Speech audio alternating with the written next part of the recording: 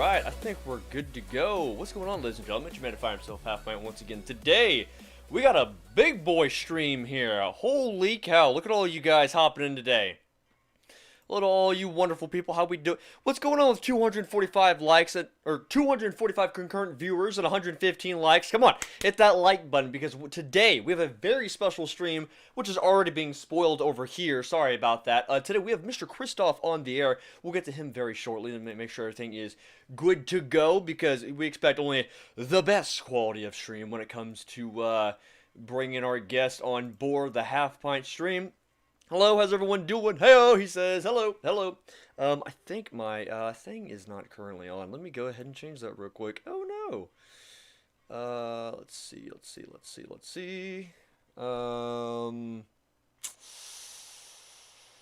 Oh, no. Why are you messing up right now? This is not the time to be messing up. Oh, well. Well, we're just going to be going like this. How you all doing today? Everyone doing good? Yeah, hit that like button. Let's get that stream. Hey, the more you hit that like button, the more the stream gets pushed out, so we have more people watching the Subverse sort of content, more people know about Subverse. We will be getting around to the giveaway very shortly so that I can give you guys instructions on how someone can win a free copy of Subverse. We'll be doing it 5 different copies on 5 different streams for people to get a copy of Subverse. Our camera's over here. I changed it. So 5 different people can get a copy of Subverse. Free game in your hands to do other things with your hands. But today, once again, we have a very special person to announce. Today we have Mr. Kristoff on the stream. Hello, Mr. Kristoff. How are you doing today? Oh, I'm doing just wonderful. How about you, sir? That's exactly what we want to hear. I'm not doing too bad. It's been a pretty productive day so far, but sounds like it's about to be a little bit more productive. Oh, indeed. Why don't you go ahead and introduce yourself and tell people what you do specifically on the Subverse team. Oh, God, I have so many jobs on this project. It's tough to even say. Yeah, hello. My name is Mr. Kristoff. I work at Studio Foe on the Subverse project. I am a project manager. I am a writer on the script. I have composed music for the game. I work with the voice actors from time to time. I do pretty much like 30 different jobs. Yeah, lots of stuff over there. Yeah, you're a man of many hats when it comes to that job. I had no idea you also composed some of the music. Yeah, there's actually 2 original tracks in the game that I composed, and I worked with some musicians on a few other ones, so you guys will be hearing those very soon. Actually, in the first release, there will be a track that I composed, and yeah, I'll put a teaser up on my Twitter later, and I'll put a link in the chat. Maybe you guys can go check that out. Absolutely. Be sure to let people know exactly which songs or which tracks when the game comes out, so everyone knows exactly what we're looking for, which came from the man, the myth, the legend himself, as someone has pointed out inside of the chat. Also, quick shout out to Aaron Chandler with the $5 donation. Don't want to miss out on that. You're absolutely a wonderful person. A lot of people hopping in here. So, here's the deal. Let's go ahead and make sure everyone is on the same schedule so everyone knows what's going on. We're going to start off by asking Mr. Kristoff some of the questions we got before the stream started. Oh, please. We'll then be transitioning to, I'll be asking him some questions, but I'll be doing that while giving you guys some Subverse gameplay. So don't worry, it's not just going to be talking head the whole time. You'll get plenty of other action. And then at the end of the stream, we'll be taking more of your guys' live chat questions as well. So, Pint has a pint. Pintception. Okay, thank you, Aptly. So that's what we're going to start off by doing here. But don't worry, we're still going to be acknowledging everybody in chat, because I know you guys cannot keep yourselves contained while we have the one and only Mr. Kristoff in here. All right, let's start off with the first question that we have from Nobody. He asked, with all the waifus aboard, forgot to ask about guys. Will there be any interactions between the captain or male characters? Bromance, not romantically. Okay. So we're specifically not inquiring about sack-on-sack romance. Okay, gotcha. As far as a bromance goes, yeah, I mean, Dalek has a pretty intense bromance with the captain. And I would say even Demi would qualify at times as a bromance character, despite whatever gender she may have. So, yeah, there's plenty of characters on the ship that the captain becomes very friendly with on a deep, emotional level. And you guys can look forward to seeing that uncovered in the story. Alrighty. I can definitely see that with Dalek. Almost seems like a little Garrus Vicarian if I had to make a reference to another game. Sort of bromance going on there. Yeah, We actually that got was a... definitely. Oh, sorry. There was definitely intention when the character was created. We were thinking we needed a guy on the ship to kind of be the male counterpart to the captain, so it wasn't just him and like 13 waifus on the ship or whatever. It's got to be him and somebody that he can kind of relate to and go back and forth with and talk about the game as it develops. So yeah, it's a pretty fun relationship the two have. Absolutely smart decision. I respect that. Shout out to Lady Storm being in the stream right now. It's good to see ya. Appreciate the help as well. We actually got a $5 Canadian donation from Sir Adelic. I hope I'm pronouncing that right. He actually asked a question saying, after Subverse, when will you get back to Source Filmmaker and Interactives? I kind of miss those, and there's no schedule on your site or a note about that at all.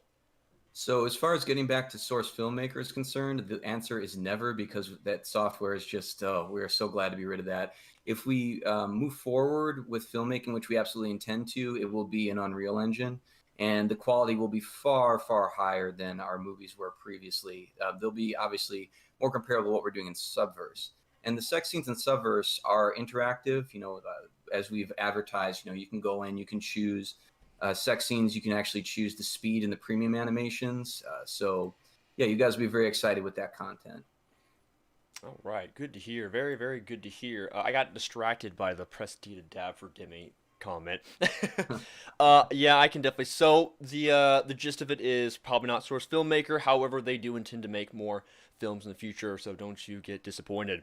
Up next, we have Korgath. He actually has a couple of questions, but they seem to be shorter ones. What will happen to the beta when the game releases? Will we lose the family-friendly version that is currently available? What will happen to the beta? We will be making some more information about that public and giving you guys some instructions. So yeah, stay tuned as far as that's concerned. Alrighty. Number 2, he says, what are the rules of the Mr. Kristoff interview drinking game? Anytime he says absolutely. Yeah, basically are two things that I say a lot. But this might surprise your viewers, but I'm actually alcohol free, so I'm sorry I can't partake in that drinking game with you. So that's perfectly fine. Absolutely fine. Number 3 is last question from Korgath saying, will there be a Subverse merch like the poster that was posted as the box art? We absolutely want to do Subverse physical merch. It's something that we're working on. I can't promise anything or any release dates or anything like that, but yeah, I would say that there's a good chance of that happening in the future. All right, I'm buying all the merch. Absolutely. All of it. All right. Okay, now up next we have Numerator 84, my bad. He has 2 questions. His first one is, I gotta sum this one up a little bit. Can we expect a more or less complex upgrade system? I love that stuff. Like, examples, equipment for the waifus, mantics, not just leveling, the Phoenix ship, as well as the Mary Celeste. Not just cosmetics, but for gameplay and quests. There is definitely an upgrade system in the game. I don't want to go into too many details about it, but it's not one of those super complex, 18 charts, spending all these talent points like MMO style upgrade charts. It's more like we keep things very streamlined and basic. We focus on the things that are important, like damage, shields, energy, recharge rates, things like that. And yeah, I think that people will be happy with the upgrade system and the things you have to spend your currency on. Up next, he asks, Pandora.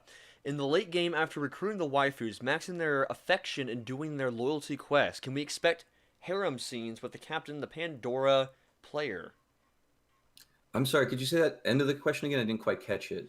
Can we expect harem scenes with the captain and the Pandora player? Ah, yeah, okay. I missed the word harem, which is very important for understanding that statement. Yeah, so I can't confirm nor deny anything. I will just say that by the end of the game, you will get your FAP's worth of waifu content, and I think everyone will be thoroughly pleased with it. I think I should have done a little bit more research because I am out of the loop on that one. Apparently, I'm not degenerate enough to know what that means. Maybe that's a good thing. You don't know what harem means? I do not, actually. Oh, well, please let me enlighten you, young man. Uh-oh, here we go. A harem game is kind of what Subverse is. It's a game where you have the main character who, other than our game, a lot of games do this thing. We have a faceless protagonist who's also voiceless, and he goes around collecting waifus. And so a harem is just a stable of babes for you to usually exclusively bang. So it's just the kind of genre that the game is, basically. Oh my god, that is fantastic. I didn't know there was a word to describe that. That's amazing. Waifu game, harem game. Well, I guess like a waifu game, typically you think it's maybe 1 or 2 waifus and you're monogamous, but harem's like, it's an all-out fuckathon, and that's kind of what we're going for with Subverse. We want you to kind of be able to do what you want to do. So there you have it. All right. That works for me. I'm waiting for yeah, there we go. There's the comment. So pure. Oh dear God. Yeah, I'm not down far enough in that rabbit hole, especially for the YouTube comment creator or content creator. Oh, you Uh, sweet innocent boy. by the way, don't be afraid to put a filter, or you don't have to put a filter on because, God forbid, if I take the stream down, I am recording, so I can end up just editing those parts out later if it comes to that. Mhm. So we'll make this all work in the end. All right. So up next. Oh, by the way, so majority of the questions we got from Discord users were pretty much story, character related, and that sort of stuff. So when it comes to gameplay, I had to kind of tailor my questions specifically more gameplay related. So we will get to some of the gameplay. God damn it, confused saying it's a fuckathon. Take a shot. You got it. All right, Yeah. so next we have Chronovate saying, because of budget constraints, it wasn't possible for pregnancy with the waifus. Would it ever be considered as DLC depending on the success of the Steam Streamster release? You know, I'm sure there's going to be a lot of questions like this, and the only thing I can say is anything is possible. And pregnancy was probably the most heavily requested feature next to food options. And I've mentioned this in interviews before, but it's something we were kind of disappointed we couldn't do. It's very technically difficult, and there's also the gameplay considerations. You know, how are you going to take Killy into battle when she's 9 months pregnant with Fuckenstein's baby? It's just there's so many angles we had to consider, and so at the end of the day, it was cut. But it's definitely something we'll consider. It's definitely within the realm of possibility, so can neither confirm nor deny. Alrighty. That totally makes sense to me. Up next, we have a question by Icky. I'm gonna say Icky. Mhm. How long will we have to wait before chapter releases, approximately? That one I can't answer because we're going to make that information official at the right time. But as we've mentioned already in the dev diaries, I think people will be very pleased with they'll be pleased with the pace we set. It's a very realistic one, and I don't think anybody will be upset at the content drip. I think they'll be very happy with it. For sure, and I've noticed that you guys have stuck to a schedule after releasing the Kickstarter, and that is like hands down one of the best things I've admired about this project is specifically how Mhm. you guys have chosen not to like feature creep the game or overblow its Mhm. size. You're like, this is what we're doing. This is what we're sticking to. I admire Yeah. that. Many companies cannot seem to get that down. Yeah, Uh, thank you for saying that. And actually, I think that's one of the reasons why a lot of projects fail is as you go through game development, you'll come up with so many things where you go, "Oh, that'd be so cool if we could do this," or "Why don't we try this?" But at the meantime, you have a schedule that you must respect, and you must get things put in place when they're due. Otherwise, with a game like this that's so big, you have animation, you have grid combat, space combat, voice acting. Once one thing is not in place and everything else needs to move forward, it just turns into this chain reaction shitstorm that infects the entire project. So it's really important to have a realistic mindset and have goals in place and have people always moving productively towards those, and to not get carried away with the things that you want to do and keep the budget and the manpower in mind. So we've done a really good job of controlling that through this project. So we have very experienced project managers like myself and other people on board, and it's something I'm very proud of. So. all right. Up next, we're gonna take one from live chat because I forgot to put this down from someone asking me earlier, and there's a pretty common question we've gotten. It says, Halfpint, is there any level of customization to the scenes? And I think he's alluding to the scenes that the Pandora scenes, for example, because I've heard a lot of people asking about can you customize what the waifus are wearing, what the captain is wearing, and that sort of stuff. As far as outfits are concerned, we will again be revealing more information on that in time. With the scenes right now, the customization generally comes in from you can choose which kind of content you want to see. If it's a waifu with the captain, if it's a waifu with a Xeno, waifu with other partners, or other waifus, Fuda style. Yeah, and then also of course with the premium scenes, you can go slow pace, medium pace, fast pace. You can do the cum shot anytime you want. It's while it's a pretty standard setup, it's also very nice to play with, and I think that people will see that as they play it. And any sort of customization options we'll be revealing as the time comes. So just stay tuned for that. Sounds like it's ease of access, but has a lot of different accessibility options, considering you're doing it one-handed. Yeah, and the thing again, people need to remember is we're a small team, and we would love to do all of this customization, like different hair, outfits, colors, dick size, da da da. It just when you change one thing, you have to make sure it can be applied universally to all the scenes, and it's so much work And when you're trying to do things right, like we are, where there's not these insane glitches and you're doing 40 gigabyte patches on day one, it's really like the QC needs to be kept in control. So the features need to be kept as streamlined and satisfactory as possible. And that's going to make the perfect product. Up next, we have a question by Dizai's son, asking, what is the feature Mr. Kristoff is the most proud of, the most excited about to have people use?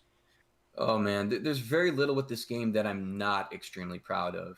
I mean, obviously the porn is a big deal. We mentioned Pandora, which was the brainchild of DC, the director of the project. He came up with that system, and the team did an excellent, an excellent job executing it. And I think just that alone, a lot of people are going to be very impressed by the fact they have so much control to kind of build their own like mini flash game out of all the sexual content we have available. Outside of the porn, in terms of the gameplay, it's just the sheer variety. Every time people play the game, they tell me, oh, there's so many different factions. The factions have different enemies. The waifus have different abilities. In Grid and Shmup, you can approach the scenarios in so many different ways. Just like the fact, as you know from playing the beta, that Killy has a sniper rifle versus, Lily has a sniper rifle versus Killy's shotgun. It makes for such incredibly different gameplay patterns. It's very tough to get sick of the game, and I'm speaking as somebody who's played this nonstop for like the past 3 fucking years. Like, it's a really, really solid variety to the gameplay, and I think that people really love that. I think that's the best way to make a game that everyone's going to enjoy is if you just can't keep your hands off the game itself. I remember like hearing Hugo Martin talk about when he was developing Doom Eternal. When they first started, the game was like really boring to them, but they started adding some different changes until it was fun for them to make or fun to play, and they built the game around fun mechanics. Yeah. So I mean that definitely shows that you guys have a good infrastructure on what kind of game you're trying to build upon. You have the scenes that everyone is knowing this game for, I suppose, but for more people who've been looking into the project, you can clearly see there's a reason why we're continuing to make a game here, because I feel like you guys are I hate saying this because it seems like I'm just blowing steam up your guys' ass. But at the end of the day, it almost seems like it's kind of genre defining, because so many pornographic games out there are strictly there just to monetize the hell out of guys who want to buy costumes for women and that sort of stuff, which it's disgusting, man.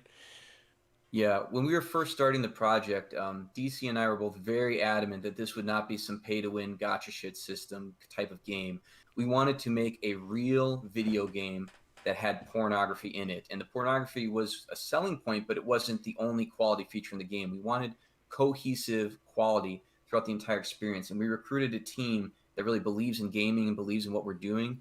And I sincerely appreciate all of the blowing upon my ass, because it's been a pain in my ass. It's been an incredibly difficult process to get here. But since we have so many passionate and dedicated and talented employees with such a clear vision in place, we were able to make it happen. And I think that's really what's going to define this game for people, is that it's a real video game. The plot is, I think up there with many other titles these days. People will love the whole experience, regardless of what they're interacting with. The sex, the plot, the grid, the space, they will have a great time, and they'll come back to it as the content is released and just be enthralled with everything that's happening and want to see the whole game put together. All right. Up next, we have a question by Ismand. He says, do we get disembark in hub areas such as like Omega and Citadel from Mass Effect? I think I understand the question. The Mary Celeste is the main hub of the game. That's where you interact with all of your crew. It's where you undertake your missions. As far as hub areas and the rest of the game, there's not necessarily things like that, but there is a lot of interesting content coming up that you will see. And again, I wish I could talk about these things we have coming up, but there's a lot to do in this game and a lot to explore. So I imagine there's a lot that you have to hold back right now that you can't talk about, but you know what? We're getting pretty close to the release, and another day we might be able to talk about some more of those details. So, I mean, keep pinning it for now.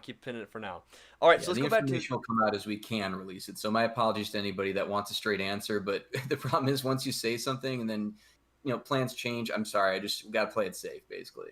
To be fair, you're pretty down to earth about it instead of just being a politician. We'll circle back.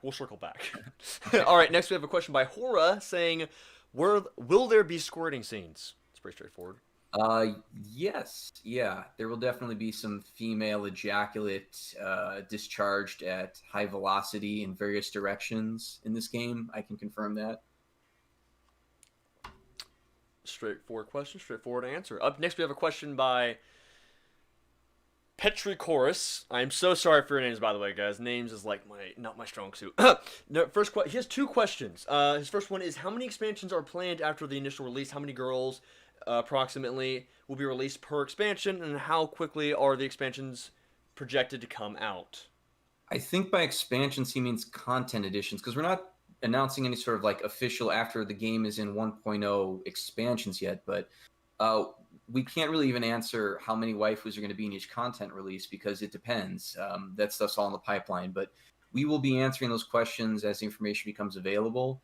The game is designed, though, and this is something we've already talked about, so that you kind of unlock the waifus in a sequence. So, yeah, there is an order to it and everything like that, but we will be dropping hints and having teaser features whenever content will be added that will let you know exactly what you can expect from each release. All right, his next question is, will there be BDSM content in the main game, through Pandora or otherwise? Fuck yes. That's all you need to hear. Up next, we have a question by Mist Zero. I think a lot of us are actually wondering this one specifically. Mod support? Yeah, I can't really talk about that, sorry. Okay. All right. I'm going to hold you to that one, though. I'm going to keep asking that one. That's one of my favorites. Okay. All right. Up next, we have a question by Win/Man saying, how many bags of groceries can Mr. Kristoff carry in one trip?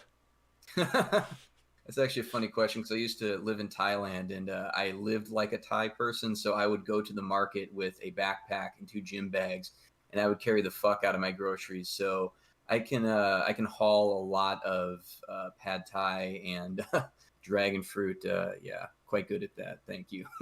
Well, that's a pretty ironic question. You already get experience with that. Up next, we have this guy is donating like crazy to get more answers. All right, he donates $2 Canadian, saying, "How did it feel to get 1.5 mil from the people?" It felt painful when the tattoo needle went in my ass and I had Demi's face drawn on it for making that promise. Oh dear God. No, but really, it was a dream come true. You know, when DC and I kind of started this whole process, we expected, I don't want to say like what the numbers we had in our mind were, but we thought we would do well. But the thing just blew up overnight. And it did it at a time when like the whole team was working together and everything. So to see the money coming in and the kind messages and people just believing in this so strongly, and it just confirmed everything like I've felt for years and that DC felt for years, that this is a product that we wanted to put onto the market and that we've wanted to see for a long time. A real video game with real adult content that while it's comedic, the people making it were passionate, took it seriously, respected the clientele, and didn't try to just, nickel and dime microtransaction them. It really spoke to people, and it was a bit of a phenomenon. And just seeing that we were responsible for that and that we took this huge gamble and it paid off so well. I'm just very proud of everybody that was involved in it because it took a lot of belief to kind of, put the whole studio on hold and put this product out. But like I said, in interviews before, when we saw the alpha, we just knew we had something special. We believed in ourselves. We made it happen. And here we are. So yeah, it's been absolutely amazing. It's one of the defining moments of my life. And I'm sure a lot of other people on the team feel the same way. All right. Up next, we have a question by... Okay, all right. We're doing a little bit of this all on the fly. There we go. All right, so question by Joshua Story saying, ask him if Tybalt will get his own harem spinoff. Which character? Tybalt. Tybalt. He knows what he's asking.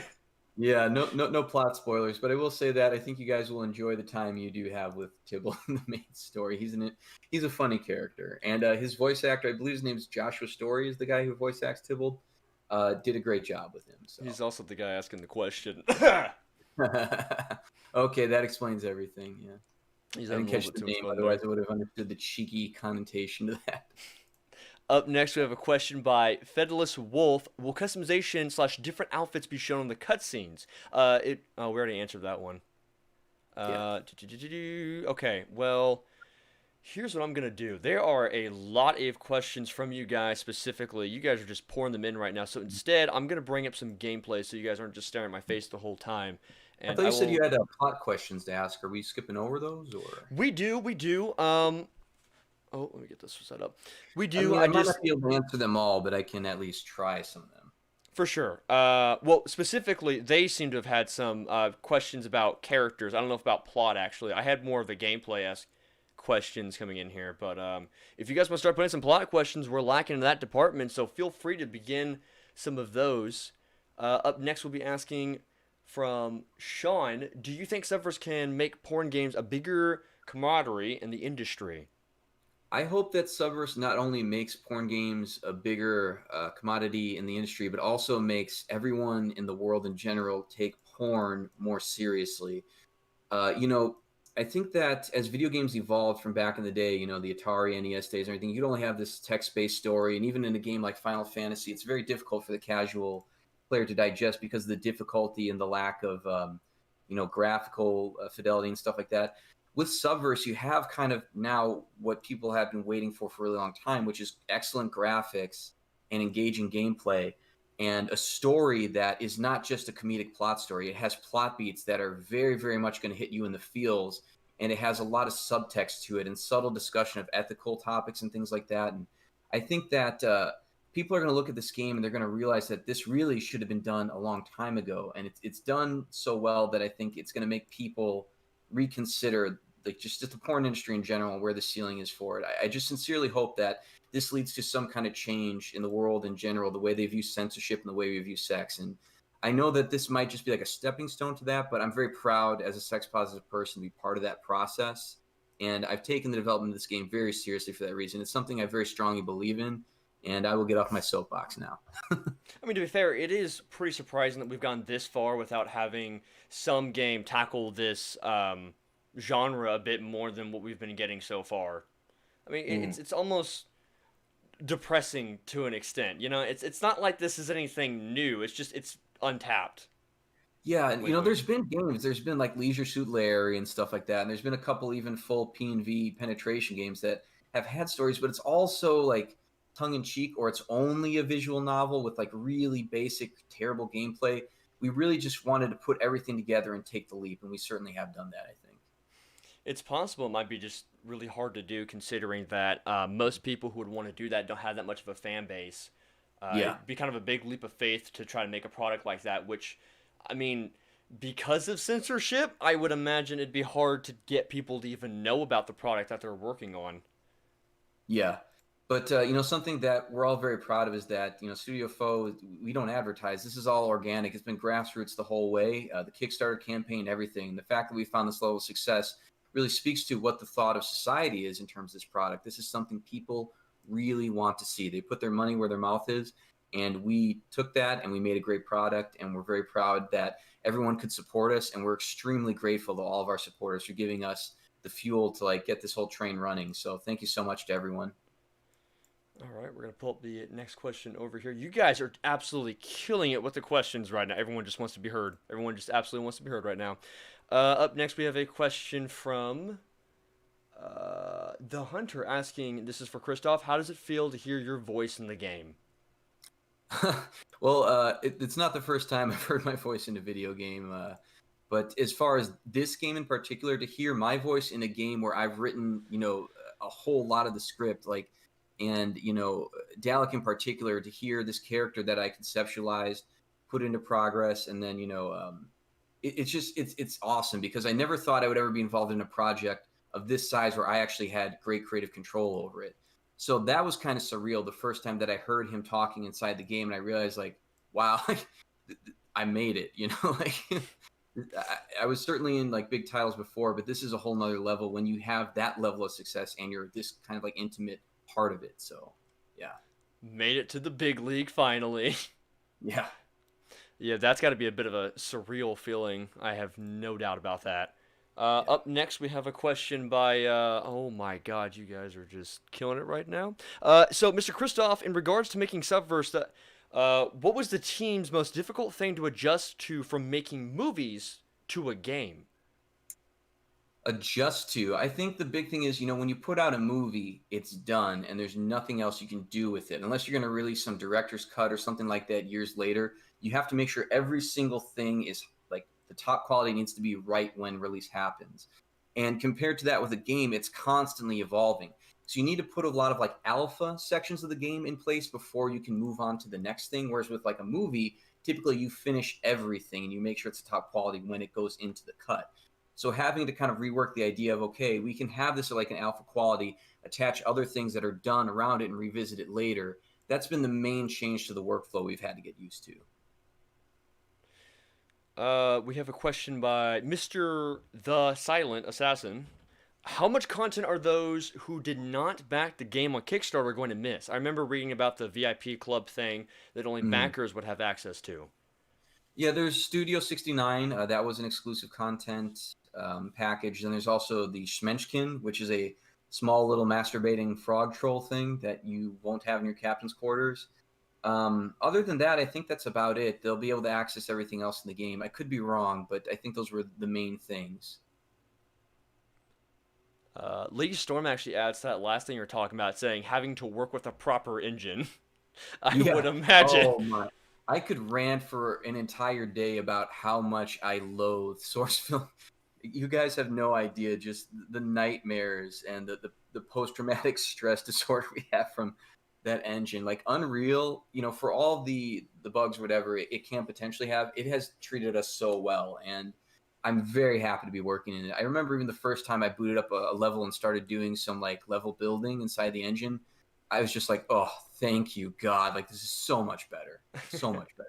Well, let's actually talk about that a little bit specifically. I remember one of your guys' older Kickstarter updates. There's actually a few of them where you guys went more in depth talking about the sort of stuff you guys could do with Unreal 4, especially when, I don't know, making a shit ton of planets and how Unreal kind of made that process easier for you guys when you had the right tools for it. You kind of want to elaborate how that happened or how that helped you specifically?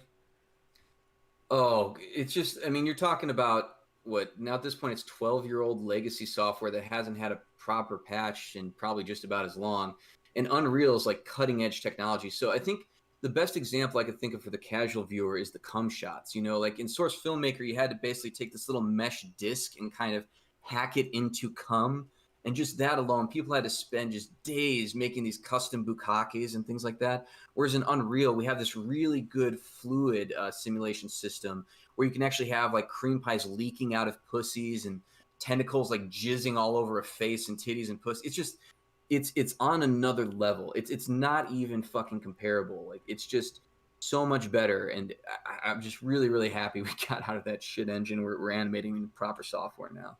And you are now censored. Okay, let's move on to the next question.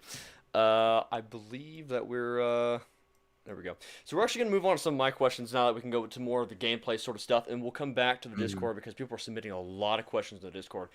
Huge shout to Spiders right now for organizing that. Guys, you can click the pinned comment right now in the comment section. It'll take you to my Discord server where we have a little chat that says Subverse questions, and you can put some of your questions in there so that we can continue to answer some of your guys' dying questions for Subverse and all that good stuff.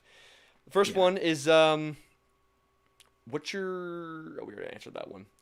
So the game is well over 30 hours, as said from a previous Kickstarter update. Can you go more in depth what gives the game this length or the girth? Yeah, I absolutely can. As we've already talked about this, but the script, we added so many more chapters to it, and that allowed us to flesh out the characters, put in entire new arcs, and I was really happy about that. When I was working on the script, I always thought like, okay, I really want to go into more depth about this. I really want to expand the lore here. And we did a good job of making sure that the content that was added is very necessary in order to understand the full story of the game, and also is very entertaining. And I think people are really going to be surprised at the script and be really surprised at how the story unfolds. And so there's a lot of additional visual novel sequences, but we also added additional levels to like certain recruitment chains, the devotion quests, stuff like that. There's just more of everything. Even the sex scenes, there was a lot more in the game now than we originally planned to have there. So just content everywhere. It sounds like you guys might have more story-based content than actually gameplay going inside of the game. I can't confirm actual numbers or anything like that because it's different for everybody. A lot of people like to run around and hit up every single planet, do every single quest. Some people skip through some plot sequences, they watch some, but there's just so much more content in this game than we originally planned because we got so much more money. We wanted to give people their money's worth, and it lined up with our values and what we wanted to do with creating a quality game. So we just put the extra investment to the areas we thought it would best serve the quality of the product, and I think we did a great job with that.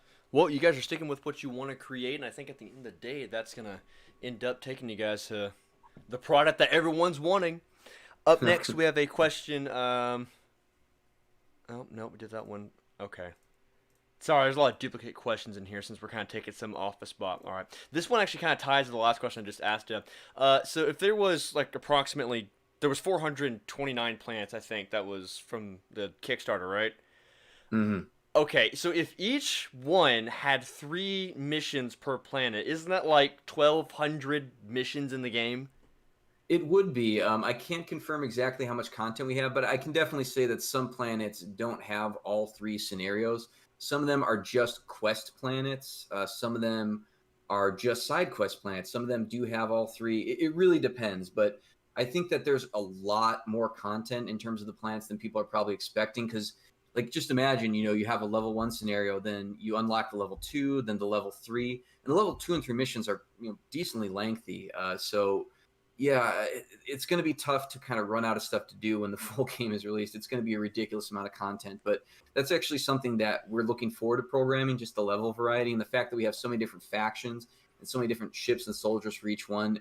The scenarios aren't really going to feel samey. There's just a lot we can do with them, especially with like the different environments. I think that's one of the main selling points of the game that's kind of flew under the radar. So thanks to whoever asked that question and brought that up. Yeah, funny enough, it was actually a question that someone asked me a couple days ago because I had never really thought about the fact that, I mean, you guys have mentioned a couple of times, like, yeah, it's going to be a pretty lengthy game, and, we can take your word for face value, but then someone, like, a couple days ago when I last streamed said, hey, so if there's, like, 429 planets, whatever number it was, and so far we've seen 3 per planet, isn't that a lot of missions? And granted, it's not that much. It's probably a little bit less, as you said. Some planets have different varieties inside of it. Regardless, that is still a lot. And now I can see why some of those Kickstarter updates were talking about why you guys had a lot of planets to do, and why you guys will probably not do something on this scale again, which is understandable. Yeah. We'll definitely go about it a different way in the future. But I think we pulled it off. We have a lot of really good content on the planets, and you guys will be pretty aware of what the ratio is when you play the game. I can't really announce any numbers officially, but yeah, all the feedback so far has been really good. Good to hear. We have a question by Race with a $10. I don't know what currency that is actually. How much of an impact on the plot will decisions have, or is the game mostly a linear story? On a similar note, will we be able to influence the personality/stories of the waifus? I can't really confirm or deny that stuff because I can't answer it in a way that won't reveal systems that we haven't officially talked about yet. So, what I will say is that you will have a very deep relationship with whatever waifu you choose to pursue one with. And yeah, especially when you get to the devotion content, you'll see a lot of very like touching things, and yeah, it'll be surprising, I think, to people the content that's in this game. I can't really say like the influence or whatever, because again, I don't want to get into the bag of worms, but yeah, they'll enjoy the content. Yeah, I can like hear the coals under your feet right now as that question pop up. You're like, get political, get political. There's so much I want to talk about. It's just I can't. Sorry. In due time, we're getting there. We're getting there. All right. Up next, will my Mountain Dew planet be in the first 6 chapters? I gotta know. Off the top of my head, I don't think I can answer that question without spoiling anything. So all I'm going to say is that the Mountain Dew planet is in the game, and I have seen it, and it is glorious. And This yeah, I guy. look forward to your reaction to it. All right, that's fair enough. I appreciate that. All right, so it's day 1 and the game is out. What do you guys plan to do? Pucker my butthole in an intense way and just watch the the situation unfold. And just, I mean, we're top 10 in Steam right now, I think. So it's crazy to see that. I just want to Good see the God. numbers. I want to see people's reactions. I want to watch them playing it on Pornhub or whatever. See them get banned on Twitch the second, William Dildo Fingers shoots his arm cannon at somebody. I just want to see the fruits of our labor unfold, and I want to sit there with the team and be proud of them, and just to have that moment, like when a band hears their single on the radio at a gas station, they're all running around the car like, oh fuck, I want that like moment with them. The first time somebody plunges their dick into Lily's asshole and just goes to town and goes, this is what I wanted. You know, this is what my This is life what is I like. wanted in life. It's all worth it. It's all worth it. So Yeah, thank you, by the I want way, that for moment. for Yeah. making it hard to stream. You're the only reason why I had to make an OnlyFans to stream the game. Yeah. So, subscribe to my OnlyFans. That's not a joke. Linked below. All right, so up next. So I've heard in the past that you guys have designed such. Oh, sorry. I've heard in the past that you guys have designed the game such as older styled games with the love and care they usually have, such as, the interactable objects on the ship that you showed off, to make the world feel a bit more lively. Can you go more detail?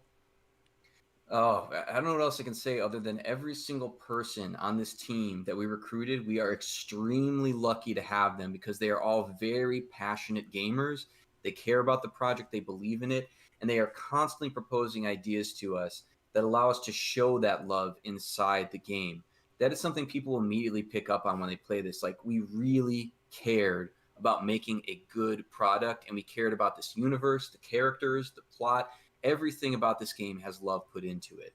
So yeah, I really think that's like something people will be noticing immediately, and I look forward to hearing your reactions to that. Hell yeah. Is there anything specifically you want to mention while we have this live stream? Any points you want to touch upon that we haven't gotten to yet? Man, I don't know. People have done a really good job of asking questions, Yeah, actually. we're kind of just bouncing all over at this point. You said you want to talk about some plot things. What kind of plot stuff do you think you can talk about? I'd like to know what people are curious about. It's tough again to not get into spoiler territory, but I will say that I think that people will be surprised that this is not just a straight American comedic porn experience. You know, everybody's just got their tits out and they're running around making really lame jokes. There's a lot of characters with some very deep backstories. There's very deep and complex lore that stretches back millennia in the Prodigium Galaxy. There's a huge codex to explore. We've gone through the lore extensively and made sure that there's not all these like ridiculous plot holes or anything like that. We really, really cared a lot about the story, and we wanted people to have a real character to fall in love with. And this is something that I personally was very, very important to me when writing the script, is that the female characters especially would not just be sex objects, that they would have personalities and needs and desires and things that have happened to them that you need to learn about and react to and help them with. And I think that people will be very surprised at that. Not only how much work went into it, but how much quality came out of it. I'm sure that the voice actresses can confirm that as well. How much love was shown to their characters and how much enjoyment they got out of being a part of the script. So, Did you hear that, guys? He once again mentioned how much love was put into the story. It's as if they actually put some attention in the story. All right. We did get a few more real quick, questions. Dominion Hermit just asked a good question. Yes, there are recurring antagonists in the script, and yeah, I can't answer anything more than that. But yeah, a lot of love was put into the antagonists as well, and I think you guys are really gonna like them. So I think one of them we know about is the Huntress. That one's been confirmed. That comes back a couple of times, right? yeah, and I think the Huntress, if I can talk about her, in my opinion, and I've heard other people who've read the script obviously confirms to me as well, she's one of the dark horse waifus of the game where people are not quite expecting what you actually get out of her in it. I'm really proud of the way her whole section of the game turned out because ever since I was young, I watched this one particular 80s movie. I'm not going to mention what it is, but it's this obscure sci-fi film that I became obsessed with. And I must have watched it 30 times. And I always wanted to do a romantic take on it. And that plot is kind of what served as the inspiration for her whole quest line. And on top of it, the fact that she is very much influenced by the Nemesis from Resident Evil 3, she's constantly stalking you throughout the game. It allows her to build this very complex relationship, not only with the captain, but in terms of her own character development. And I think people are not really expecting that. So seeing that unfold is going to be something that I really look forward to the reactions from people on. I mean, the fact that you have such a unique character, it's not a game where you're just going and pick up waifu, pick up waifu, pick up waifu. It feels like there's more context to some of them. The Huntress specifically, like we were just talking about, the fact that she's one that stalks you for a little bit, and you had to fight her a couple of times, and after a while, after that, you kind of bring her in. It's a unique way to tackle the formula of, I guess, recruiting members. Yeah. I mean, who doesn't want to bang Monster Girl Boba Fett? I mean, really, hands up in chat. I mean, who doesn't want that? There you go. Absolutely. Right there. We got a few more questions inside of Oh, okay. I keep trying to mention this. I forget about it. Mhm. I remember you guys talk about the humor as you brought up earlier specifically. Mhm. And that gets brought up in a few Kickstarters. We had like that SoundCloud bit where you guys played like the Monty Python door, I guess, or it was like a reference to Monty Python. Where do you guys get the ideas for like this humor? Oh my god. A lot of times I'll just think of, as you mentioned Monty Python, I'll think of some scene in a movie or a sci-fi that I want to parody. And before I started working on the script, I made this gigantic fucking list of everything I've ever seen in a movie that I thought we could do some kind of alternate take on or some porn parody of. And so I just laid those out and then I matched them to the waifu specifically that I wanted to do the parody with that I thought would work for her quest line. And then I just started writing. And it's just like you see in the movies, you have this giant tack board with post-it notes, and then you start moving them around, and then you come together with this cohesive plot sequence, and you go, okay, this, but with dicks, and it just works. It's just that's basically what happened. Like if you've played the beta, you know that there's like for example the fuckbots. They have their giant dick ships. That was actually a parody of another particular popular sci-fi franchise that's done like those rogue AIs, like the Geth from Mass Effect 2, the Borg from Star Trek. We really looked at that as an inspiration. Like, what if the Borg flew around in a giant pussy? Like, what if? Like, I want to see that. And that's kind of what you do. You come up with these parody ideas. You go, do I want to see that? Is that something that would make me laugh? And you just kind of start applying it. And that's how this all kind of came to be. It sounds like a bunch of just high schoolers who get bored of what the teacher's saying. What if we took the Borg and made them into a giant pussy and see what happens? Yeah. I mean, it's I never grew genius. up, just in case anyone was wondering. Still, Hey, to be the same fair, before I went to school. So, I yeah. think that's like a large part of your audience. So it's like you guys know what your demographic is, and that does mean a lot. Yeah, absolutely. Next question we have by Sean, once again asking some pretty good questions. Is the plot of Subverse inspired by Studio Foe's experience with Patreon and censorship? Partially, yes. I think that a lot of us in the studio are very frustrated with the state of censorship and how sex is viewed in the world, and especially porn and hentai. Like, it's not a shameful thing. It shouldn't be treated as such. And the fact that this script speaks heavily to that, I think, was absolutely influenced by the whole Patreon debacle. We were just done taking shit from people that didn't understand that this is not something that should be considered shameful, and there's nothing wrong with it. And in terms of the crew of the Mary Celeste versus the Imperium, there's definitely shades of that in the script. So yeah, good catch. Up next, we have a question by Time Lord asking, what type of relationship would you describe each waifu would have with the MC? Are you talking MC as in the Mary Celeste the ship, or MC as the captain? I know I'm they're guessing probably the main character is what he's trying to say by that. it's just funny because whenever we say MC, it always means Mary Celeste. But yeah, as far as the captain goes, again, I don't want to get into plot spoilers because just even playing the first content drop, I don't want to spoil like how Demi acts with the captain, how Lily acts with the captain, how Killy does, because their relationships with him are all extremely different and they are all cohesive based on their personalities.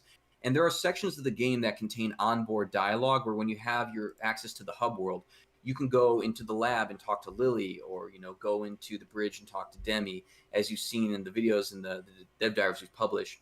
And there are long, deep conversations you can have there with them. And it really is not only good for learning about the waifu's personality, but learning about their relationship to the captain. We really, even though the character, the captain is the protagonist, he's got panties over his face, he's technically faceless. He has a very deep personality himself, and his backstory has a lot to do with where the plot goes and how everything unfolds.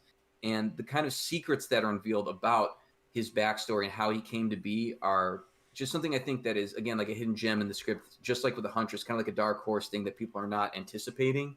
And I can't wait to see the reaction to him because he's a very good character, and we've gotten really great feedback on him. And Steve Ham, the voice actor that plays him, was also really, really good.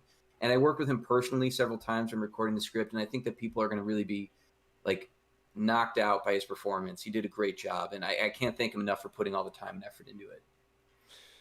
I gotta get two more of these real quick. Spawn Freak asks, are you hoping this game will ruffle some feathers in the AAA game industry? Yes, I really hope not only in the AAA game industry it shakes things up, but I hope in the journalism as well, that we get really fair coverage from everybody, and that this kind of, I've seen it already in some mainstream outlets. We've kind of almost forced them to cover it with the grassroots support we've gotten. People are asking, why don't we have more information about this game? And the day that I see, Demi's wonderful chassis, on IGN, and it's got this like fair article reviewing the game as it is, I think that that's going to be a defining moment for the hentai industry, and I think that it's very important as well. Yeah, I can already imagine some of the IGN interviews. I don't think they're going to be too good. Well, yeah, I guess so. And in terms of ruffling the AAA game industry, it is my mission in life to make Casey Hudson's suffer. So I hope that he sees this game and recognizes the wrong he did with Mass Effect 3. So yeah, Oh no, don't reopen that wound. That is I know. still one of my favorite games, but that end, I will never forget that end. Just why? Mhm. All right, so let's move on to a few more Subverse questions. I had a few more, but oh, there we go. Let's get back in here. Question: will it be possible to buy certain parts of the Kickstarter bonus, such as the digital art book? No, those are Kickstarter backer exclusive. We've already announced that. My apologies to anybody who's disappointed, but yeah, when you're having a Kickstarter campaign going, usually it's really good to have that exclusive content, and people, the feedback for that was really excellent, and I think that it played a big part in why we received as many donations as we did. So my apologies to anybody who didn't get to see that content or won't get to, but yeah, those are going to remain Kickstarter exclusive. All right. How many cutscenes are in the game? A lot, and they're very good, and that's all I can say. That's fair. I imagine you guys have some high quality with those cutscenes, considering you guys just got done with all the work on Source Filmmaker, and you've been praising how much better. Yeah, I mean, you can even see in Unreal the Engine is. trailer, kind of what to expect. Yeah, that's the cinematic quality you can expect. As far as how much, we'll have to just confirm that when the game comes out, basically. Oh yeah, no doubt about that. Like looking at that trailer, I'm like, I want more, and I want it now. I can't wait. Okay, so here's one that people were asking in the last stream. Actually, people are more curious about some of the details of the later waifus we haven't really been hearing much about, like Silva, Ela, I think Terran's another Ella. one as well. Ella, my bad. Ella. Okay, so details about the later waifus. Again, I can't offer too many plot spoilers. If you go to studiofo.com, we have character pages up for all of them, and there's a lot of very good information there where you can kind of draw ideas about what their characters are going to be like. All I can say is that I love all of my daughters equally, and I hope that all of you will as well. We kind of wanted to go for something with this game where you would be very conflicted, and you wouldn't be able to say, like, this is best girl, this is my waifu. You kind of fall for all of them in one way or another, and I think that that's one of the strong points of the game. There's not really any weak link in the cast. They're all fantastic, and I look forward to seeing people's reactions. And I think that a lot of people might have a favorite in mind, but as they play the game, they'll be drawn to other characters for other reasons as well. So yeah, or even to the character that they think they'll be drawn to him for a different reason. So looking forward to seeing the reactions to that. So you're telling me, even gun to your head, you could not pick one favorite waifu? I mean, I could tell you who mine is favorite aesthetically, but in terms of personality, honestly, like a lot of the waifus are actually based off of characters, or not characters, but people that I've met in real life. So it's kind of hard to say like I have a favorite. I'm really proud of how they all turned out, and I think all the voice actresses on the cast did a fantastic job. And yeah, like gun to my head, I couldn't say like this is my favorite character, because there's even with like one of them where maybe I'm not personally gravitated towards them because of my own taste. There's some part in the script or some mission that I look back on, I go, that is a fantastic sequence, and I think that that's something that's going to stick in people's heads, and they're really going to love it. So yeah, I honestly can't. Halfpint, is short stack supremacy a controversial statement or just a fact? Oh, okay, all right. I'm gonna leave that one to Kristoff. Well, I mean, he's asking you the question, so. Yeah, but I already know my answer to this. Yeah, of course. I mean, always Silva all the way. But like, I'm putting pressure on you on this one just because apparently you love all your daughters equally. I do, and with Silva, a lot of people have said in many ways she's kind of the heart of the script in terms of what she brings to it and how her quest unplays, and especially how her chain plays out. It goes in directions you're really not expecting, and yeah, she was originally just this kind of comedic relief character, but it went in directions that I think people won't see coming. Just with it's similar to a lot of things in the script. I don't think people are really gonna to see this coming. I think that even if they're kind of slightly put off by the personality of this like drunken mini Thor, like at the same time, she'll be extremely endearing in terms of what she can accomplish and what her mission in life is. That there's something to really respect about every character, even if you don't necessarily think that they're your type. That's fair. That's the first time I've heard that much detail about Silva, though. So I mean, we're getting something out of him, guys. He's not being completely quiet. We're getting him. Next question is by Ray Chan, saying, "Question about the gameplay. Will the game promise equally balanced content with combat, story, sex, etc.? Because from experience, sometimes the story, combat, lore, etc. might overpower the other in terms of time and length. It might be tiring for some players to grasp." Okay, so this is kind of what you were answering earlier by saying it depends on each player and what they end up doing. Yeah, I mean, it kind of depends on your gameplay style. I will say that in terms of what the game offers, it's extremely balanced between the sex, the grid, space, and plot. There's a good amount of time you can spend with each one in relation to each other. So I honestly wouldn't worry about that at all. No matter what you're getting into the game for, you'll be able to experience that content. It's designed in a way where you can mostly avoid the content you don't want to see or don't want to play. And I'm very proud of that particular design aspect of the game. So you can't skip everything. Like there are some shmup missions or some grid missions you're going to have to do. But at the same time, we've made them so fun that I think you're not going to have any issue with that. And on top of that, they seem pretty easy of access as well, being able to. I mean, even if you're not very good at grid combat, you're still going to be able to do it and get through it. The balance of the game, the design of it's another thing that especially the programmers are proud of, because this is a game that's very accessible for all skill levels and is fun and rewarding for all skill levels, which is not easy to pull off. And I think I've had a lot of people say this in particular about the shmup, because pretty much anybody can pick up a grid game and play it, and you know it's you can play it at your pace or whatever, it's fine.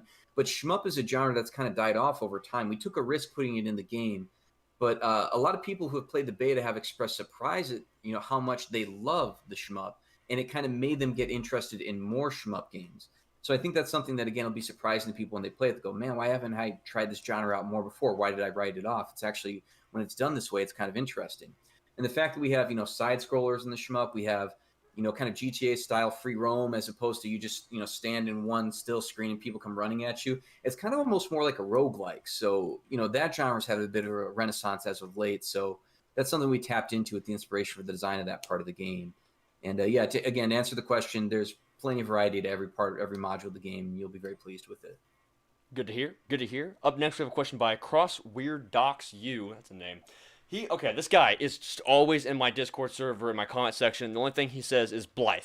So all he wants to know is questions about Blythe. But finally, he says more than just Blythe. He's asking, can Blythe summon her sword at will?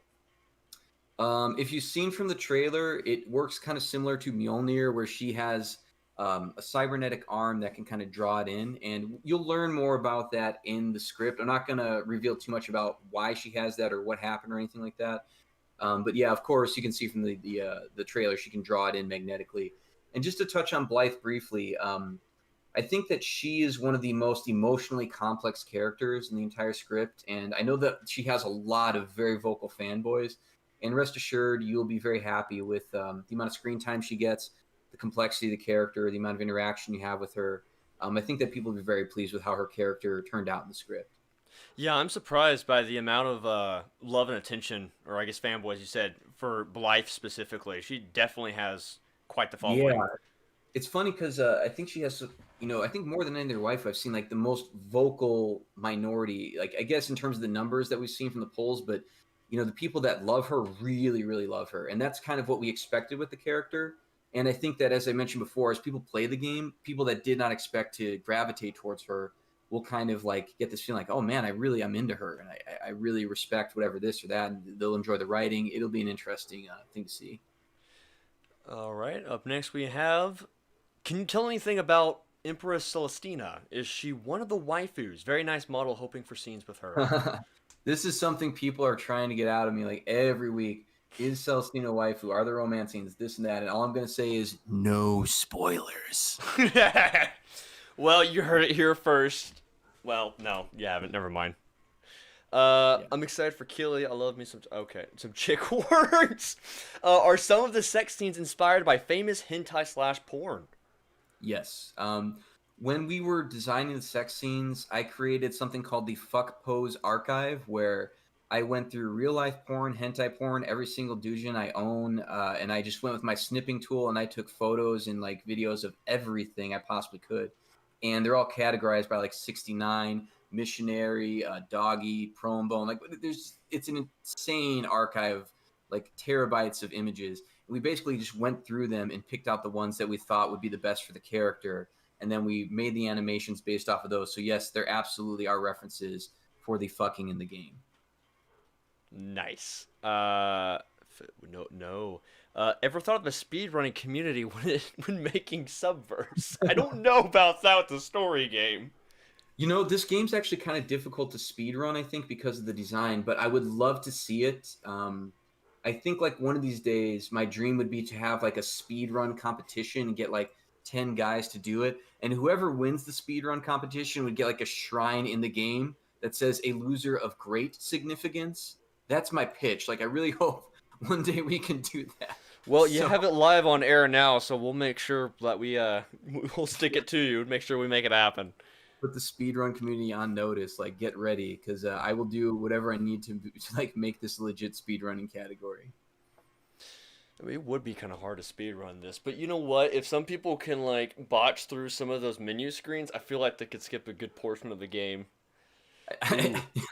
I think the majority of the speed running will be happening in the Pandora screen, if you know what I mean. Oh my god. I had a question off the top of my head, but I completely... That's why I gotta write this stuff down. I'm managing so many things at once. Alright, let's go back to Discord, some of those questions. If there will ever be a Subverse 2, will it have a female pro tag? Oh man, way too early to answer that. The whole like having a female protagonist thing is difficult, because the majority of the player base is male, and generally they want to see a male have sex with females. But obviously we have food options in the game where there's female on female action. I do think once Subverse 2 comes around, we're going to do as much as we can to offer the absolute greatest amount of sexual pairing variety as we possibly can, whether that's including some kind of female protagonist or a customizable one. I don't know. It's way too early to say, but what I do want to impress with this is I totally understand the community's desire to see the greatest variety of sexual content. The whole studio does, and we'd love to. At the end of the day, it's just a logistical issue. It's very, very hard to have male and female options and have all these characters. It's just so much work. And animation retargeting, it's something that we would need like 3 times the budget to do. So maybe in the future, but we're aware of it, and it's something we'd like to do.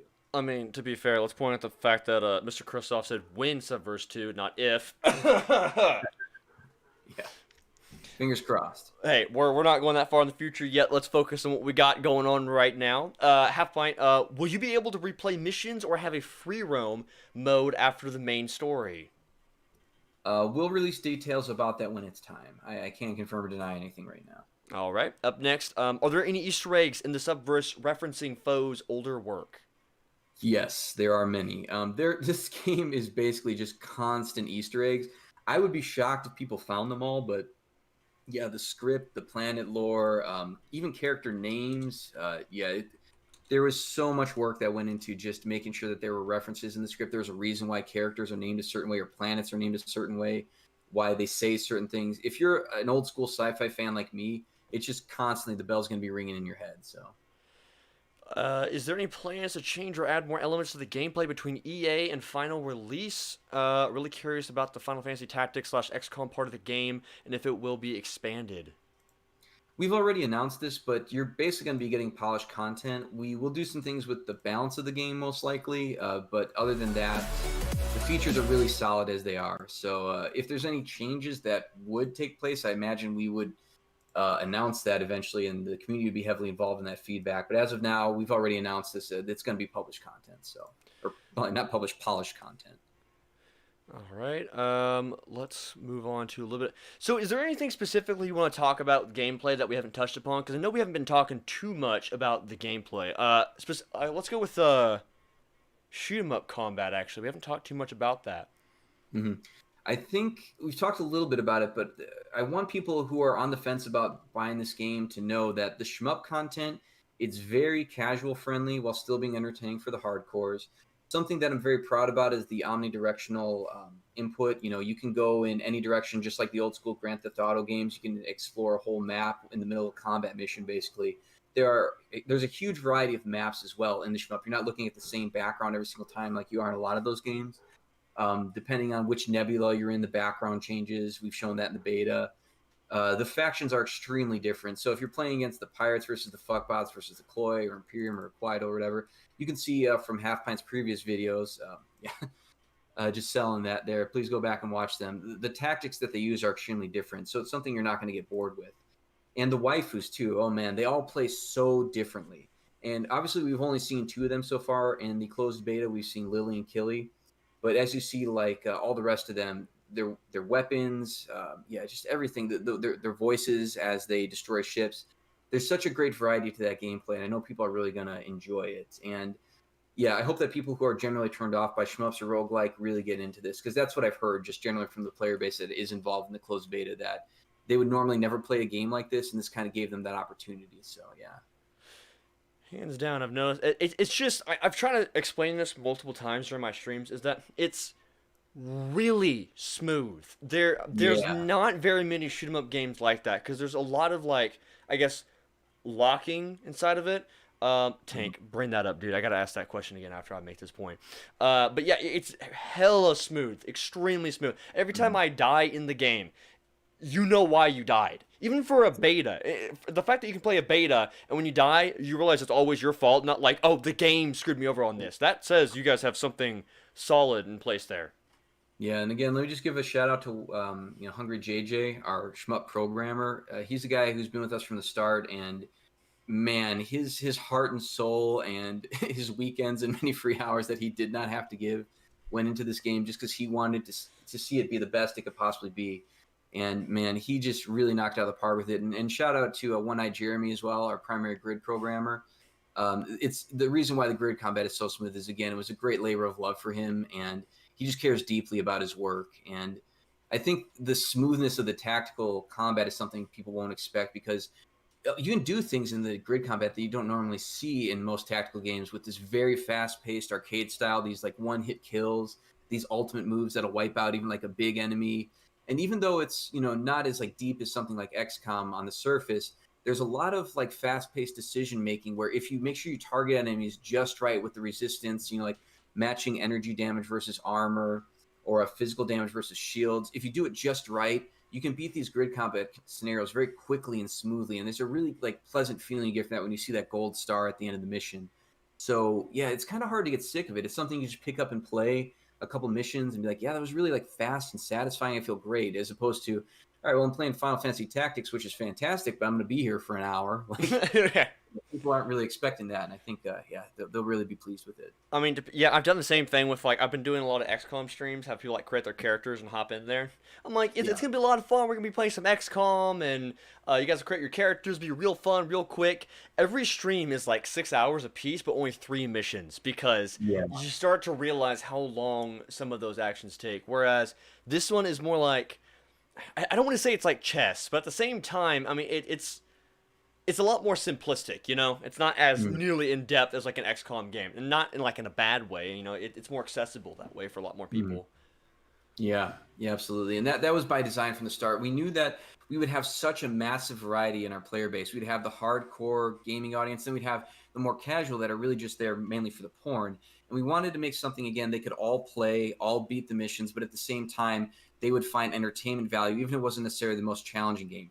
But I can, tell people as well that the level 2 and especially the level 3 scenarios that we're going to include in the game, they are hard as fuck, and they will be time consuming. Yes! So, look out for those. So, yeah. If you guys don't know, if you guys saw my first Kristoff interview, plug down below, go check it out. That interview, I kept pushing Kristoff, I think a couple of questions I was asking about harder difficulties, even if it was like later on, not at launch, but they have to add hard difficulties. So like, yeah, I'm down for more stuff so that I can have a reason to keep coming back and challenge myself and push myself in this game. That stuff is always fun to me. I remember one of the things I keep bringing every single time I get in stream, even before you guys added the gold and bronze stars, when it was just like locked at S rank all the time, I'm like, they have to add like a secret rank if you do the whole thing without taking damage, or the whole thing in a fast amount of time, like a secret like platinum star, I guess. That would be dope. Even if you don't have the speedrunning community, if you have like that high-end community, there you go, right there. Okay, I have to bring up Tank's point just because I keep spacing this off. Elon's car, can we find it in the game? No spoilers. God damn it. Dude, I'm just so glad I was in the trailer, though. Fair enough for me. Fair enough for me. Yeah. All right, let's get more of Yeah, your that guys' was, questions in here. Actually, let me divert a little bit because I just realized we're already an hour and 13 minutes in. Guys, we're picking his brain to the most, so be sure to bring out the big gun questions right now. We may have to wrap it up soon. I don't want to take up too much of Mr. Kristoff's time. So, we're going to go ahead and start doing the giveaway. Here's how we're going to do it. I messed up. I'm sorry. I was going to do like a YouTube comment picker, but it seems as if YouTube doesn't allow that function. That's more of a Twitch feature, so I'll have to figure out for the future streams. So instead, we're going to do something a little differently because we have Mr. Kristoff here to utilize.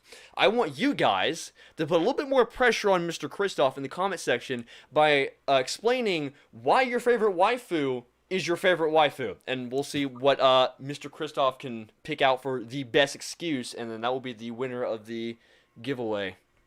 Oh man, I gotta choose the winner. Oh. You gotta choose the winner. Two things though. Number one, make sure you're subscribed. Absolutely, more content coming. We're doing daily content to the build-up of Subverse, and also be sure to join the Discord down below. Specifically because I need to message the person that is the winner, and that's how I'm gonna get a hold of you for your free copy of Subverse. So go ahead and start putting your comments in the YouTube live chat right now, and we'll find out who has the best waifu or the best excuse for why their waifu is the best. All right, so while you guys do that, we're gonna go ahead and go with some more questions.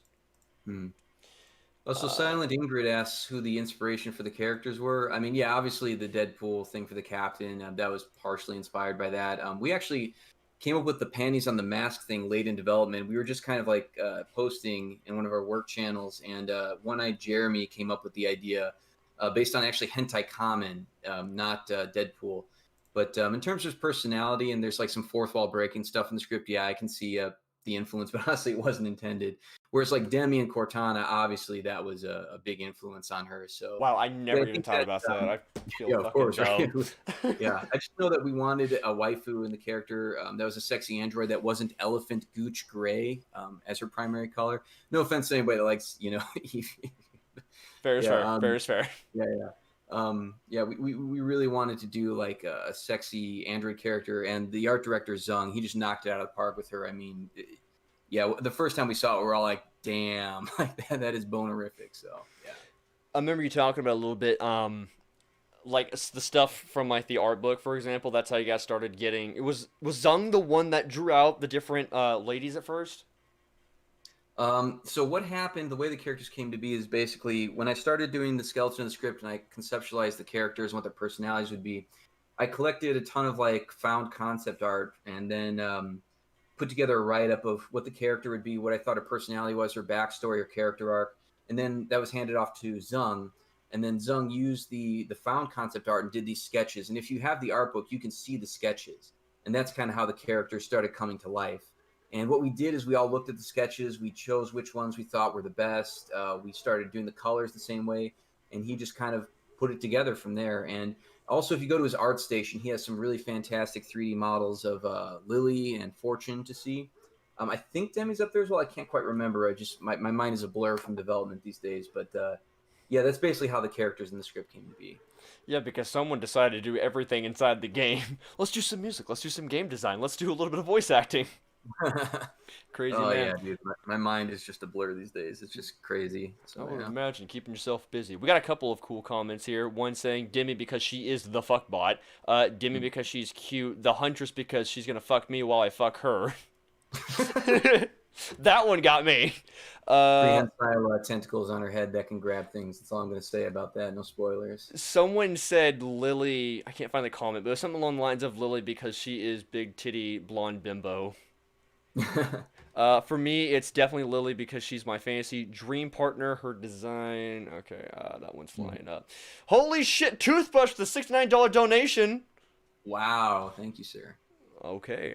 Did the waifu crew properly pack their toothbrushes before humping off to loot the galaxy? I certainly hope so, because there's going to be a lot of that necessary with all the things they get up to in the game. Jesus, man, it might remind me of that toothbrush scene from Mass Effect. Nice. I forgot about that $69 donation. saying happened on stream. That kind of startled me for a second there. Halfpint, do we need to pack our towels? Pack everything. Pack our toothbrush. Whenever you start playing this game, you're going to be gone for a while, and bring a lot of tissues. You're probably going to need it. Mm-hmm. Zung's okay. Confused is linking to Zung's art station.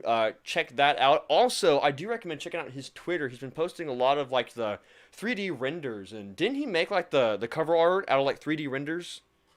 Yes, he did. Hmm. I think it was a collaborative process to a certain degree, but yeah, he's mainly responsible for that wonderful poster we have. I'd have to look into exactly who's involved in that, but yeah, definitely him was a big part of it. Yeah, I started checking out some of his art, and I might be using some of his art for some of my thumbnails. But he has some very, very impressive work. Hands down, gotta say. Joshua Store with another question saying, will there be a plantation to varying kinks? What? What now? I think I'm just having a stroke trying to say that.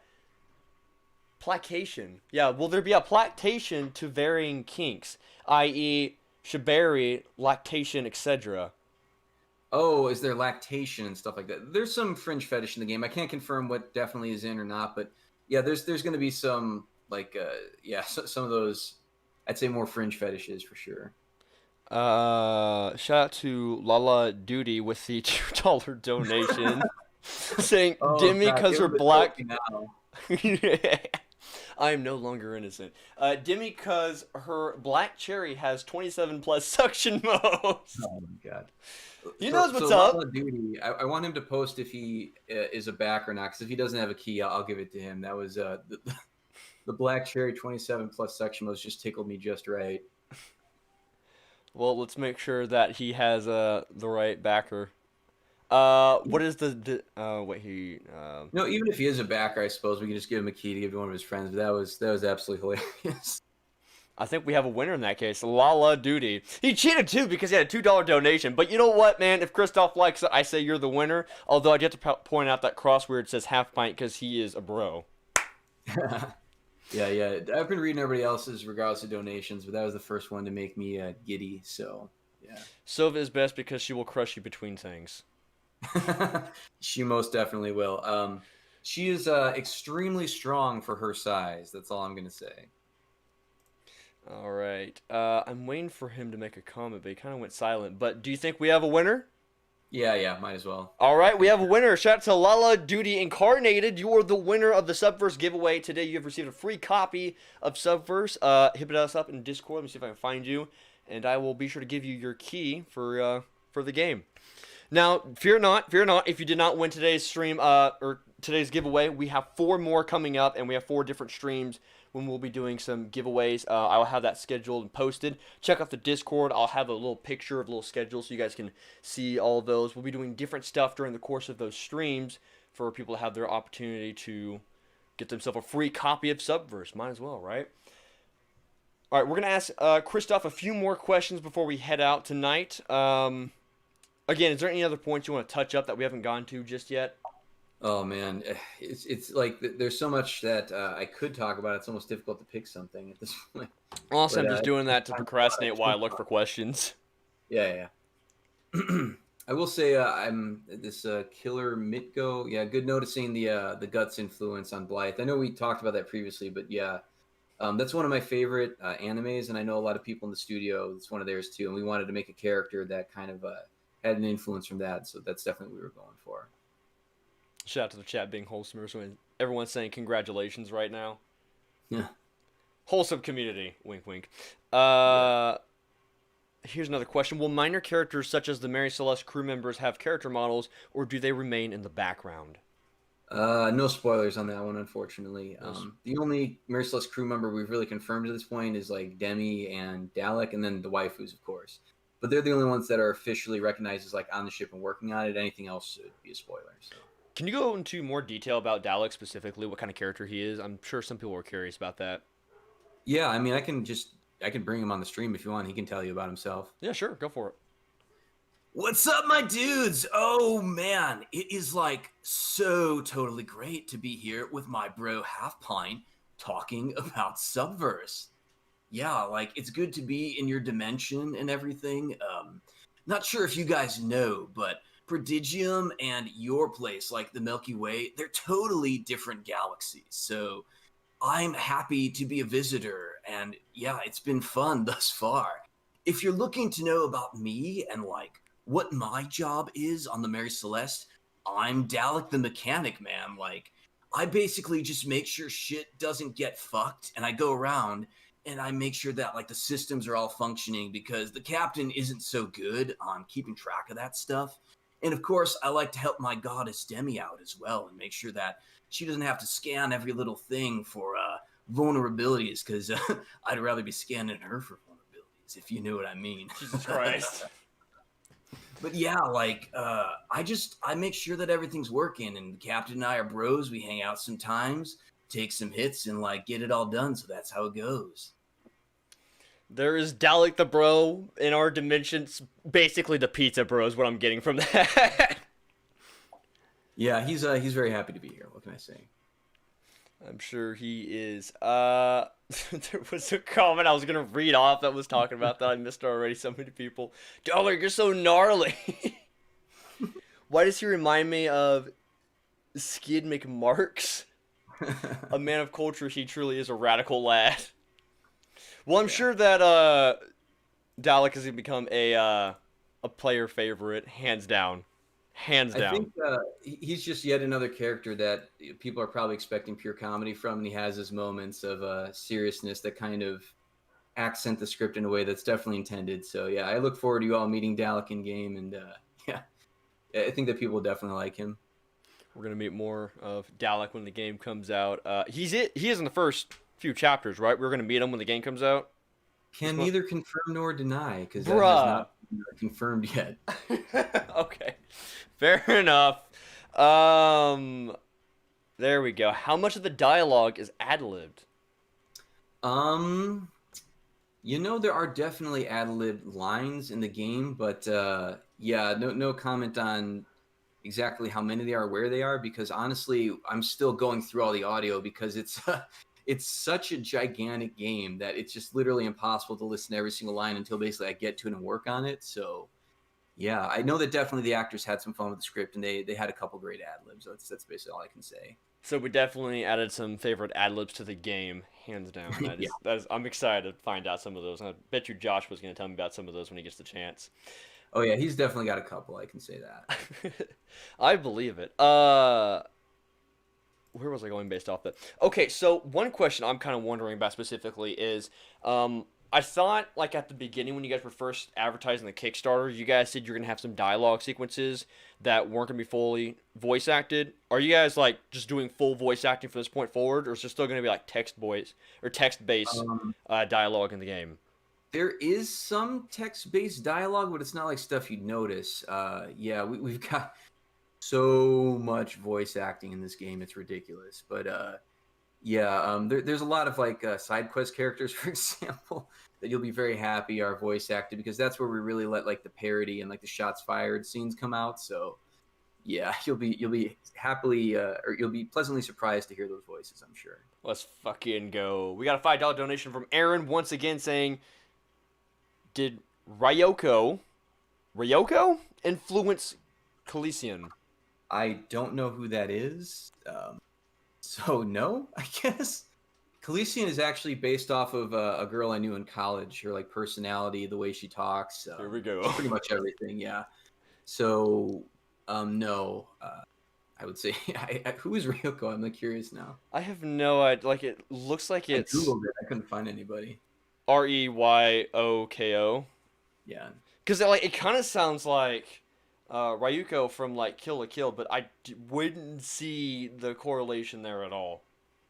Yeah, in terms of aesthetics, we actually looked at Darth Talon as an influence for her, especially in her early designs. But the horns, we always knew we wanted to have a horned character, and her species, the Van Aren, are actually a very integral part of Subverse's lore. So yeah, she kind of became a character that out of nowhere just became very, very important to this script and the the nature of the Imperium and things like that. You learn a lot about that within the first content drop. Okay. I did notice that there's still 3 more characters on the website that haven't been revealed yet. Are we gonna see who they are before the first 6 chapters come out? You will meet I'll just confirm it because we wanted to do website reveals. We just ran out of time, but you will meet all 3 of those characters within this content release. Okay, so they're not that far off then. All right, nice.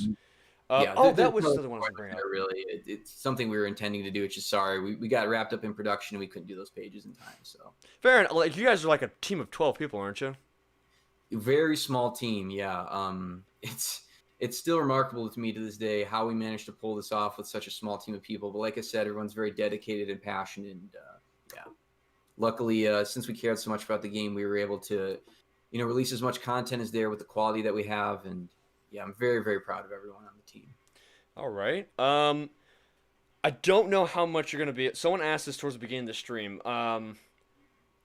We noticed that Fortune was in the trailer quite a bit. Are we going to be seeing her like within this first content drop? I would love to talk about that, and what I would love to say is that no spoilers. God damn it! Yeah. I saw that coming a mile away though. The price has not been announced yet. Correct. Philly Shy with the $5 donation says, "I know the giveaway is over, but I wanted to add Demi because she is an AI that can lay." Absolutely, man. She's very, very eager to please. That's something that is, I think, immediately evident about Demi's personality, just even from reading her character bio on the website. But yeah, she's a bro. She's an absolute bro. Totally. D Twilight 73 asks, "How far into the game will we have to go before we can bust out the tissues and lotion approximately?" Oh, not long at all. I'm not gonna say that's a spoiler. I mean, of course, it's a porn game, so we don't make you wait too long to get some action with your joystick. So don't worry about that. Good to hear. Andy asks, "When making the game, have y'all discovered any happy accidents that became part of the game?" Oh man, so many. There's so many things that while we were playing, just the internal betas and stuff like that, and just designing the system, somebody went, "Wait, I have an idea." And then just immediately we all thought it was amazing and put it into the game. I can't really point to anything specifically because, again, I have to cross the wires of my brain to remember what we have announced, what we haven't, go back into development. But yes, that has happened quite a lot. It's a very organic part of the development process. And it's important to know what you can and can't do within the development time and budget and everything like that. But there were many of those such ideas that went into practice. All right. Did Geometry Wars inspire the more freeform section of the shoot 'em ups? No, actually, I don't like Geometry Wars. It's a good game, but it's not a shmup that I actually play very often. I play a lot of them, but no. I think maybe in terms of the casual appeal and the amount of colors in it, possibly, but there were 4 particular shmups that I can't really get into because I don't want to announce the titles or anything, but that were very influential on this, and yeah, that was not one of them. Okay. Here's a question for myself. With the great combat sequences, will there be more, I guess, expanded areas, or are they all going to be kind of that little small square for every section? Are you talking about the maximum grid size? Yes. I think, yeah. The grid size is what it is, but the geometry of the stage can be altered depending on the environments. So you'll run into some levels that are very unique in terms of the geometry and how you have to play around it. So I wouldn't say that it's this one map every time. There's actually quite a lot because we can customize every single map. We can make them random. We can, have a very particular gameplay mechanic in mind when we design things that, cause very unique interactions between which particular waifu and which faction you're facing. So there's a lot of variety to it, even though it might seem limited. Probably some hazards that would change up how it plays as well. Yeah. Kristoff doesn't like Geometry Wars, so he is for sure a Chad. He knows. I appreciate the Chad status. Thank you, sir. How affordable will the game be? We don't have that information just yet. We'll announce the price very soon. Yeah, I'm not announcing it now, but we will be announcing it soon, so stay tuned. Yeah, we're getting one more Kickstarter backer before the game comes out, right? There will be a dev diary relatively soon, yeah. We've already announced that, of course, so yeah. Okay. After the release of the game, will you have to make a video detail? Oh, that's not for Kristoff. All right. Well, let's go ahead and wrap things up because we're getting towards the end. If there's any other further points we want to talk about. One thing I kept forgetting to talk about. So I noticed you guys were working a little bit on the AI patterns for some of the shoot 'em up sections, and you're trying to make a lot of the factions play differently. Can you go more into that? Absolutely. So Hungry JJ is an obsessive shmup player. And what we do is we sit down and we have long, in-depth conversations about, how a faction should play, what you should feel when you're playing against the faction, and even with bosses. Like if you played the closed beta, you know, like the Tybalt boss fight, for example, versus the Huntress boss fight are very, very different in terms of what you feel when you play against them. So he goes in and he makes custom tweaks to even like every single ship to make sure that they all come together as a faction to produce the feeling that we want when you play against them. And to not only do that, but to utilize the mechanics that they have to produce the appropriate amount of challenge versus entertainment.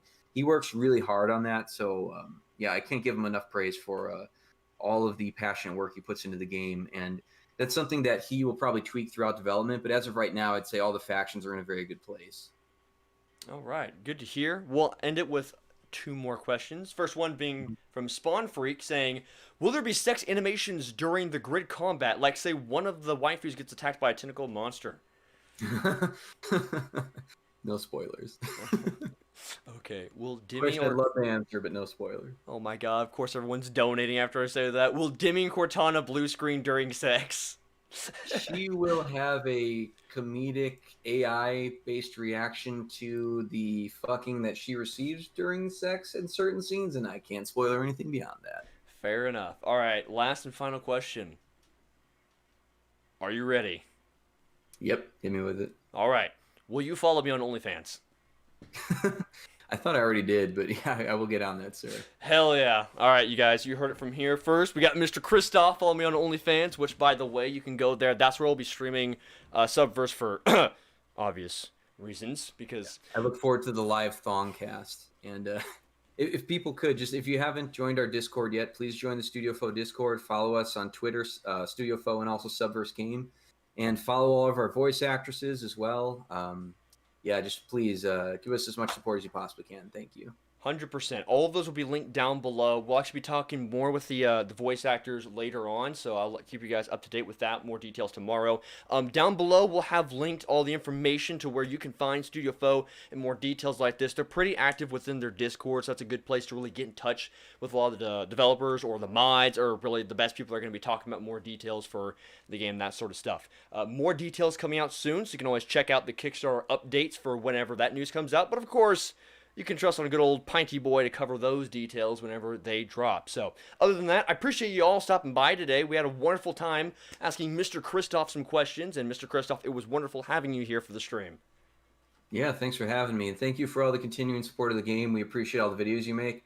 I know that everyone in the stream's probably already subscribed to you, but if not, like, comment, and subscribe on this video. This guy does a lot of good for the game, and we look forward to seeing more videos in the future from you, sir. I'm not a big YouTuber, but you know what? It's the little stuff that matters. Absolutely. All right. Thank you all for watching very much, and we will see you guys later. Have a good one, guys. Oh, Friday, new stream. More details in the Discord. Check it out.